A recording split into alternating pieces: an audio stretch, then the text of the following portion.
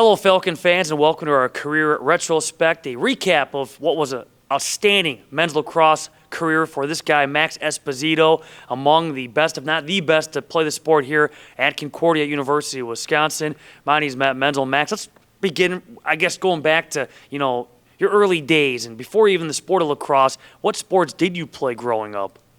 Well, I grew up playing soccer, as a lot of young kids did.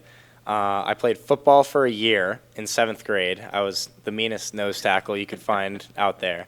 And then I started playing lacrosse in 6th grade when my dad and I were both kind of fed up with soccer. He thought it was boring because I kind of sucked.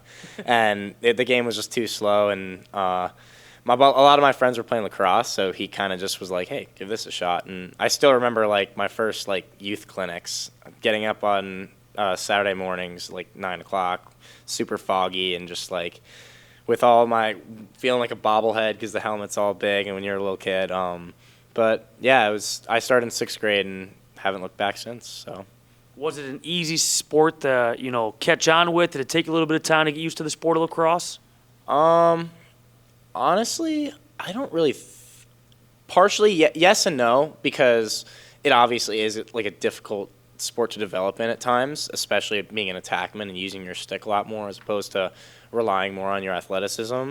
But for me, I've always had really good hand-eye coordination, which my dad noticed and was like, hey, you can be successful in the sport. We'll give you a shot at it. So it got easier as the older I got, the more athletic I got. Also, the more I learned to love the game, it made it a lot easier to want to get better and develop. So I guess that's kind of a broad answer to that, but yeah. You talk about the hand-eye coordination. I often see so many, youngsters now grasping the concepts of throwing and catching. That at times is an obstacle. Was that an obstacle for you early on? The typical youth kid starting off. Yeah, but other than that, once I got the hang of it, I started to really kind of take off. So, yeah. You go back to your prep days in Maryland, and you end up recording 96 career points. You think about your high school career. What stands out? What memories come to mind when you think about your prep days? It was honestly, high school was kind of a tough time for me because, well, at times. I had a lot of fun with my teammates in high school, and it was really fun, but we had COVID, which that really sucked because I was really excited for my junior year, and then senior year we had a really tough schedule. I also went through 3 coaches in my, 4 years playing, but COVID doesn't really count. But, yeah, so at times it was difficult, but it was the high school I was at, the lacrosse community was pretty tight-knit, and we would just always, during COVID, I just remember going out literally every day and just shooting, and that was when it kind of clicked for me. It was right before my junior year, the winter going into junior year was when I really learned to love the sport, and that was when I really started just working my butt off, and it translated my senior year and translated every other year, I think so. So that was when it really kind of clicked for me. So when that light bulb went off, so to speak, is that when you started to realize, hey, I want to maybe try to play this sport collegiately? Oh, yeah. There was never a doubt for me that I wanted to play in college. Okay. I wanted to go play in college and experience it at the other level because at times there was, in high school, I kind of wished I had a super close team culture like it was here, just in colleges from what I'd seen. So there was no question in my mind that I wanted to play college lacrosse. It was just a matter of where. Mm-hmm. So being in Maryland, how did Concordia get on the radar? I always get asked this question. Coach Okerman recruited me, who he's not here anymore, but he was a graduate assistant, I think 5 years ago, around there. But he saw me at a tournament out in Maryland. My dad and I were emailing back and forth with Concordia. I remember driving out here for a prospect day, loving the campus, loving the people. Went back, and then I came out for actually the Benedictine game before everything shut down, my junior year of high school, and I just knew I wanted to. It just felt like home, and it's always super random because coming from Maryland to Wisconsin is not very common. Shout out Hans, but yeah, that's kind of how I got here. Just felt like home. So you drove up here from Maryland. How long of a drive was that, and what were you thinking about on the way back after you visited? 12 hours. I was definitely not I was just I think I slept on the way back. But yeah, 12-hour drive was not fun. But I mean, it felt like home. So, and I've flown every time, so I haven't driven up here on my own. So prior to coming here, did you know anything about Mequon, Wisconsin? Did you know anything about the state of Wisconsin? I knew the Bucks. I knew Giannis Antetokounmpo and Aaron Rodgers. That's about it. Yeah. So that was my experience with Wisconsin before. So take us back then to your freshman year, 2022, stepping on campus, going through that first training camp. How was the adjustment? It was awesome. We had a really goofy, fun group of guys together my freshman year, and that was kind of the real start to our senior class this year has been the most tight-knit group I've ever been with, and going through 4 years with them has obviously been amazing, but freshman year we have so many good memories, just meeting each other, messing around in the dorms, just practices, like having fun with each other, random stuff. It was awesome. It was a really fun time, and it was a perfect welcoming into college across from me, especially having a mentor like KO, who I really looked up to a lot.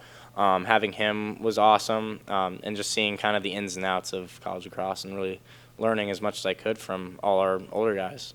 And I do want to dig into that relationship with KO Day in a second, but when you look back at year number one, what do you remember about your first ever collegiate game, which was played on February 26th of 2022 on this campus, no less, in February against Kelvin? Cold. That's the best thing I can say to describe that game. Cold. I'd never played in a game that cold before, except for like practices previous to then. But yeah, obviously we didn't get the result. We didn't win, so that was a bummer. But I got to score my first goal, and I do remember that was a really pinpoint moment for me because all the emotion overwhelmed me when I scored, and I just remember not knowing what to do with myself, and I just started yelling at the bench. But that was kind of one of the marks where I realized that I started to build the confidence. I was like, oh my gosh, like I just scored in a college game. Like I can do this. I can be good at this. And I think that was a marking point of my career where it really started to click for me. Your first career goal unassisted. That same game, you had 2 assists, which I think appropriately enough, both assists came off goals scored by K.O. Dea, a name that you would knock down in the record book throughout your senior campaign. You talked about that relationship, but what did it mean to play with K.O. Dea? What did you learn from, not only playing with him, but eventually then he became kind of a coach for a couple of years? Yeah. I think the biggest thing I learned from him was confidence. Having confidence in my own ability and just, when needed, making a play. That's always what he did, and I think I obviously couldn't do it in the same ways because I'm not like 6'3", 200-something pounds, but he just had that confidence and the ability to just, when we needed to play, he would make it. And throughout my career, he kind of sparked that in me where if a team's attackman is you're supposed to be that spark plug, that if you need to play, you go to them. You have all the confidence in the world, and he kind of sparked that in me and put that in me, and that's where I kind of learned that confidence from watching him and being alongside him. So you went from game one, scoring a goal and a couple of assists off K.O. Dea finishes, to then game two, your first of what would be many career hat tricks against the Monmouth Fighting Scots. Do you remember much about that first hat trick? Yeah, that was a really fun game. It's my first college win. I remember just the bench energy was phenomenal, and it was it was really fun to get my first college win. I remember doing some funny celebrations after we scored, but it was getting that taste of that first college win was awesome, and it was really fun. Yeah, that's pretty much. You had 3 goals, 3 assists in that contest against Monmouth. Overall, your freshman year, you had 33 goals and 21 assists. Where was your confidence level at throughout that year? Was it, at a high after that first game, and pretty much throughout, did it kind of ebb and flow? How would you, rate that first year? Honestly, it was a slow up, it was a steady going up. I'd say my confidence probably peaked during Piedmont and stayed that because we went to Georgia and North Carolina. I played a pretty solid game against Piedmont. We almost beat them. They were a really good team. I think my confidence, I had a hat trick in that game, and I remember my confidence was pretty high there, and it kind of breezed along as we went. And I actually do remember it shot a lot down right before Benedictine playoffs because I got snubbed from all conference, and I remember that just really like took a toll on me mentally. And I remember because I thought I deserved something, and Chase and I both I thought deserved something, and neither of us got anything. And I just remember before that game, we actually learned the all conference awards before that game, and I just remember really being kind of hurt by that. And then going into that game, I got shut out and we lost. That was a really tough game, and that was like my first real kind of like, man, like these seniors are gone. Like this is my last time playing with these guys, and that was a really tough day. I remember that. Well, it's funny you bring that up because that's the only game you didn't have a point in your freshman year. Did you eventually, maybe turn that frustration into motivation for, sophomore season? 100%. Yeah, that was a lot of the fuel in my fire going into sophomore year was that summer. I've worked the hardest I've ever worked, and I think I just helped develop my confidence even more going through and just really being home in Maryland, playing in summer leagues, being able to train with my friends that were also at like other schools. It really, it was a fuel to the fire and really helped me work hard. Did anything surprise you from that first year? Maybe the speed of the game versus what you're used to, maybe the size of the guys, maybe the competition level. Did anything surprise you from maybe what you were anticipating? The size, I think that was the biggest thing, and a little bit the speed. But I was used to like high quality lacrosse, being from Maryland. But yeah, definitely the size. I definitely played against some big poles, and I was not used to that. I got put on my butt quite a few times, and I learned that was one thing, was learning how to take a hit, which I knew how to take a hit, but not like a full college hit. We had a scrimmage against Elmhurst, and I got put on my butt right away, 2 minutes into the game, and ever since that moment, I've kind of expected it, and I'm more ready for it now. Yeah. Talking about year number 2, though, your sophomore year in 2023, and you came out and scored 45 goals, 49 assists. Did the role change a great deal from one year to the next? Now being, obviously a sophomore, so now you're more experienced, but now it almost seemed like with some of the seniors you lost from that freshman year, now there was an opportunity to maybe fill some of those voids. Mm-hmm. Well, I think I definitely tried to fill KO's role as good as I could. But my role change was just KO was the guy before, and I think I became more of that guy who the offense relied on us. Me, Gio, having Caleb at attack, I think that was probably the best move that our coach has made in a long time. The best move he's made for me personally, just because getting to play with Caleb for 3 years was phenomenal. But that was the start of all that, real chemistry was that. And it was just, again, confidence. I had a lot more confidence going in, and it showcased. After being snubbed, in your words, the year before, now your first team all-conference, all-region honorable mention. How did that feel, getting those accolades after the work you put in and then seeing it pay off year 2? It felt awesome. It really was awesome. And I still remember I had a really good moment with my dad. Coach Fahey told my dad first before he told me. And my dad called me on the phone, and I was like, what's up? And he was kind of tearing up, and and he told me you won it. And I was kind of in shock and disbelief, but it was an awesome feeling. It really was, and it felt really good to see the work pay off. And it was a shame we couldn't go farther that year, but for me personally, that was a really big year for me. And then all of a sudden, you go from your sophomore year to your junior year, and your production increases even more. So, what changed from one year to the next? Well, I think one really good answer would be Canada. Parker coming in was phenomenal. Caleb and I's connection was probably one of the best, if not the best, trios and chemistry I've ever had. We just all were always on the same wavelength and knew how to play off each other's strengths, knew where each other were going to be at those times, and just had that trust in each other. And it really just made all of us flourish, a lot, obviously, as you could see. Well, and let me ask you about that chemistry, because I think it would be easy to say, okay, I'm jealous of this guy or that guy because he's getting all the accolades or the shots. It never felt that way with whoever the trio may consist of. You guys it seems like it doesn't matter who gets the glory as long as you got to find ways to have success. Yeah, that's the way that Caleb and I specifically have always thought, and same with like Parker's. We would just trade off who was getting Player of the Week, and like we didn't care as long as we were winning games and scoring goals, which was phenomenal. It was awesome. It was an awesome environment to be in. How neat was it that junior year to break the NAC single season record for points with 137, but also with assists with 68? It was pretty cool. It was fun. I mean, it was a really fun year. We got over a lot of milestones. We'd beat Bennu, obviously my sophomore year, but we beat them good. Beat IIT twice in a row after losing them twice in a row. And we got over a lot of those humps. Made my first championship that I've been in, and I mean, unfortunately, we didn't come up on top, but it was just an awesome run. It was awesome to be able to, and I think our team gelled as a team. Like that freshman class, we really got close. Our sophomores, our juniors, we were all just such a close unit, and it made it a really fun team environment to be in constantly.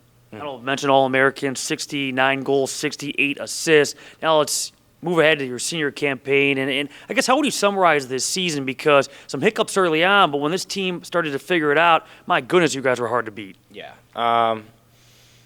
I don't know. It was an amazing season. It really was. Obviously, again, we didn't end up with the result we wanted, but we had some of the best wins I've ever been a part of. That Lake Forest game was phenomenal, and I think our wins were much more so team efforts. We saw guys like Preston, like Tyler, like a lot of guys just showing up, at least offensively, in big moments, and that haven't gotten the chances in the past. And they showed up well, and we won. And we've like winning games like that against teams that were that good have always been like the goal. And sometimes we hadn't been able to come up short, but when we started to really build that momentum later in the season, it was awesome. Like a lot of those games will be some of the best memories I will ever have. And how rewarding was it, too, in the NAC tournament? It almost seemed like a revenge tour because you guys got through IIT after falling in the regular season. You got by Dubuque after falling to them in the regular season in overtime, got back to the championship game for a second consecutive year. It was phenomenal. It was awesome. We wanted to play IIT again. That was both those games were the games that we wanted back the most, which you're obviously going to have a few games a season that you're going to want back. But that Dubuque game was ours to win in the season, and we proved the second time we were in the exact same spot. It was 14-13. We were up, and we ended up winning, and it was phenomenal. It was beating IIT at home too. After we thought we came out slow to start in the regular season. You know, hats off to them. They had their game plan ready, but we made the adjustments that were necessary, and we thought we played like we should have played the first game, it was awesome. And for you personally, you end up finishing with 49 goals, 63 assists as a senior. In your career, 73 games played, a program record, 196 goals, a program record, 201 assists, a program record, 397 points. When I start rattling off some of these, records that you have set, the mark you've left here at Concordia, what do those marks mean to you? They mean a lot, mainly because of the work that I've put in. And it goes to show that hard work pays off, no matter what you're doing in life. And I think that's the most valuable lesson I've learned. And, I've always been doubted throughout my career. I'm 5'7", smaller kid. People have always doubted me, whether it's coaches, whether it's players, whether it's sometimes even teammates. And, being able to put up those numbers and say that I've had as successful of a career that I've had, it's really special, and it means a lot to me, and it means a lot to the people that have supported me, like Coach Fahey, my dad, my teammates over the last 4 years. I couldn't have done it without them, and it's been an amazing run. When you think back at your time here at Concordia, first of all, how do you feel like you've grown as a person, as a player in that time? I think as a person, I think I've matured a lot. I've learned a lot of lessons. I've learned how to lose, how to win, how to be humble. As a player, I think that confidence thing, I think I've learned how to be a much better passer. I've understood the game a lot more, understood the speed of the game, when to throw a pass, when not to throw a pass, when to shoot, when not to shoot. Really just the confidence and the ins and outs of the sport that I've really learned. And I've learned to love it a lot more, love it and respect it. And I think this game is going to be a part of my life for the rest of my, or it's going to be a part of my life for the rest of my life. So I've really just learned to love it. That's been the biggest thing, and this sport has changed my life. When you look at the schedule, road trip wise, is there a trip that stands out among the rest? As you say, hey, that was my favorite road trip. That was my favorite memory of traveling with the guys. Definitely spring break Buffalo, and then spring break freshman year North Carolina and Georgia. Those were both really fun. I think both trips allowed our team to get a lot closer and build our bond a lot more. Is there a game, a performance, a goal that stand among the rest for you? Game, that Dubuque game in playoffs, and I think performance too in that game. I think performance, the playoff game against IIT last year, I think I played a really good game, and that was a special memory because it was our first playoff win. We talk about all the records you hold, and most of those were held by one of your former teammates and coach, K.O. Day. Was that special? Obviously, K.O. means a lot to your career here at Concordia, but, he set the bar, and then you were able to exceed that. Is that special, being 1-2 with Day? Yeah, 100%. Because, obviously coming in as a freshman, you see all the numbers, all, the videos, and I was like, wow, this guy's, legit. And seeing him play and knowing that I've been able to kind of set those new records has been pretty special to know that I'm up there with such a great player. Same with Caleb. Caleb almost caught him. He was really right on his heels, and having Caleb up there is awesome too. And I wouldn't have wanted to play alongside any other guys. The attack lines I've had over the last 3 years, or last 4 years, have been phenomenal. Being able to play with Bryce this year and see him come out as much has been awesome, and our entire senior class has been amazing. I love each and every one of those guys to death. Mm-hmm. When you think about everything and certainly those records, you set the bar high. Those are going to be tough to beat for many years to come, and you're arguably the top player to have played here at Concordia in men's lacrosse. How do you hope people remember you? When they look in the record book, maybe 5, 10 years down the road, they see the name Max Esposito. What do you hope people say about you or think about you as far as, you as a lacrosse player? I hope they remember me as unselfish, humble, and just overall having a love for the sport, which, I think the numbers speak for themselves in that department. But, I prided myself on the plays where I wasn't the hero and I was drawing everyone away to make someone else the hero. There was a few times where I remember plays where I would go, get double teamed, throw it, someone else would throw it, they would get the assist, and someone else would score the goal. But that's just perfect, beautiful team lacrosse, and that's what I love about the sport. And being able to celebrate with my teammates after a moment like that were my best memories. So I want people to remember me for that, being unselfish. What message do you have for those that have supported you throughout your career? Thank you. Thank you for everything. I appreciate everything from everyone that supported me along the way. So thank you. To wrap it up, what's next for Max Esposito? Well, hopefully, and fingers crossed, and if everything goes according to plan, I'll be coaching here next fall. I plan to go into college coaching, and so I'd like to continue my career right here coaching right now, and so we'll see where it leads. That's exciting. We can't get rid of him. That's great news. Yeah. Max, thank you for everything you've done for Concordia men's lacrosse. All the best to you. Thank you. Appreciate it, Matt.